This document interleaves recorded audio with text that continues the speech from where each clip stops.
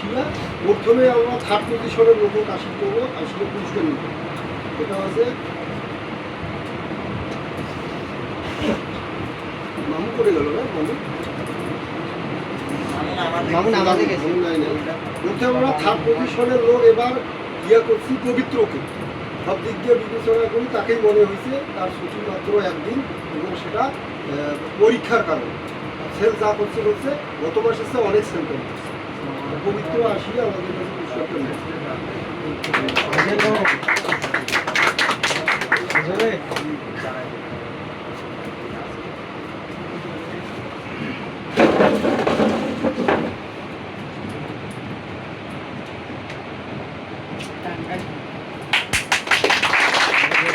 তারপর আমরা নির্বাচন করছি এবার নতুন উদ্যমের মানুষ, আমরা চাই আল্লাহ তাআলা তাকে বহুদূর এগিয়ে নিয়ে যাও, সেটা হচ্ছে সোহেল রানা। তার উপস্থিতি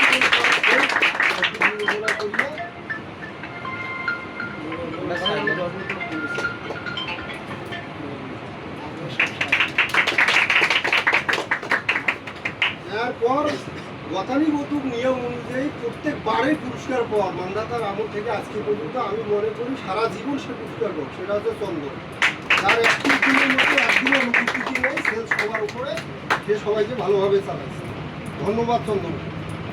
এদিক আমার ঘরে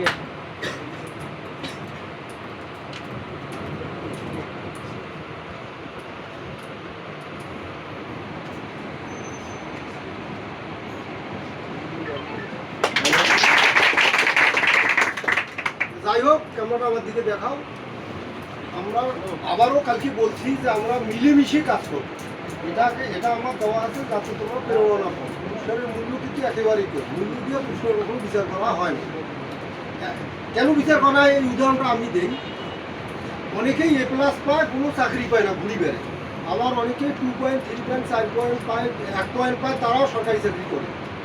তাহলে ওই যে মূল্য দিয়ে কিন্তু আরও হাই রেজাল্ট দিয়ে কিন্তু এগুলো বিচার করা হয়, বিভিন্ন দৃষ্টিকোণ থেকে। তো যাই হোক, যারা আজকে পুরস্কার পাইল বা শ্রেষ্ঠ কর্মচারী হিসাবে তারা ভূষিত হইল, আমি মনে করি তাদের মতো তোমরা সবাই হইবেন, সবাইরও ওই রকম থাকবে। আমি সবাইকে ধাপে ধাপ এগিয়ে নিয়ে আসবো, আর সবাই মিলেমিশে চেষ্টা করবেন। কেননা আমাদের যদি সেলস হয়, আমরা যদি সঠিকভাবে এগিয়ে যেতে পারি, কালকে আমি বলছিলাম যে আমাদের কর্মচারীর জন্য 100 জন হয়, 100টা পরিবার যেন আমার মাধ্যমে বাঁচে। আমি টাকা নিয়ে কবরে যাবো এই চিন্তা আমার এখনও নাই, আজকেও নাই, ফিউচারেও নাই।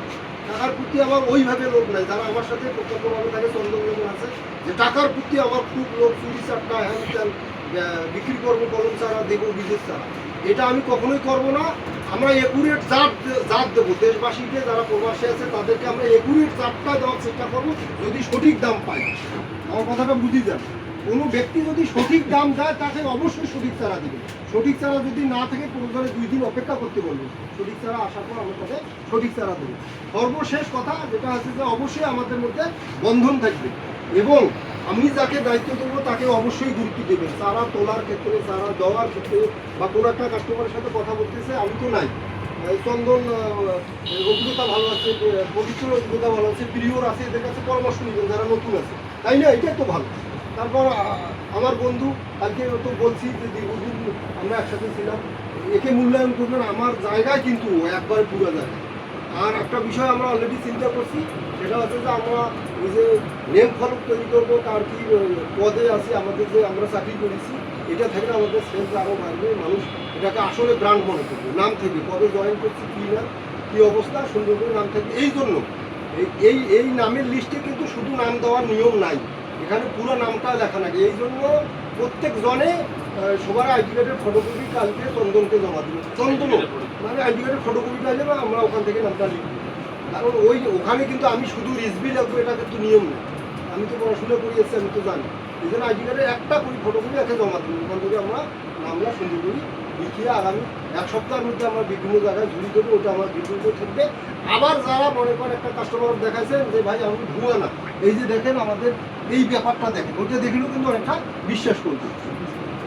ওইটা কালকে আমি জানি যে তোমরা জমা দিচ্ছি, ওইটা আমরা খুব সুন্দর করে মিনিমাম 30 জনের একটা ইয়ে করছি, ওটা আমরা সুন্দর করে তৈরি করছি। সকালে নিয়ে আসবেন সবাই, যাই হোক সবাই অবশ্যই আনবেন, মনে রাখে খালি একটা ফটোকপি আনলে আমাদের এদিকে ধর্মনিধন আছে না? ওইটা আনলেও হইবে, নাম পুরোটা আমরা সকলকে রাখবো, কারণ ওটা ওই একবার লেখিয়ে আনি প্রিন্ট করে আনি আবার শেষ করে এটা কেমন দেখা। যাই হোক, সব শেষে সব মিলিয়ে আমি বাঁচিলে, প্রতিষ্ঠান বাঁচিলে, তোমরা বাঁচিলে। এখন আমার বন্ধুর উদাহরণ দেয়, বন্ধু কিন্তু মোটামুটি অ্যাভারেজে 35,000 টাকা মাস পেয়েছিল এনজিও, কিন্তু ওখানে অনেক কষ্ট। সে নিজে বলবে যে এখানে আসলে অনেক কষ্ট। যারা এনজিওতে আছে, যাদের আত্মীয় স্বজন আছে, তোমরা জিজ্ঞেস করে দেখবেন, অনেক কষ্ট। সেই তুলনায় আমরা তার 3 ভাগের 1 ভাগ বেতনে অনেক সুখে আছি। কেন আমরা সকালে বাড়ি থেকে আসি, আবার সন্ধ্যার পর বা রাতেও বাড়িতেও যাইতে পারি। এখন গাইবান্ধা, কুড়িগ্রাম, তোমার লালমনিরহাট, দিনাজপুর, তারপর ঢাকা, বিভিন্ন জায়গায় থাকিলে দেখা যায় যে মাস সারা বাড়ি এসে সম্ভব না। যে যেখানে থাকুক, যে যত বড়ই কোটিপতি হোক, বাড়ির প্রতি ওর সবাই টান। কেননা যদি টান না থাকতো, বিদেশে আমেরিকায় সেটেল হয়েছে অনেক লোক, আমেরিকায় বাড়ি গাড়ি সব আমেরিকায়, তারপরও 2-4 বছর পর নিজের দেশে গ্রামে আসি কেন?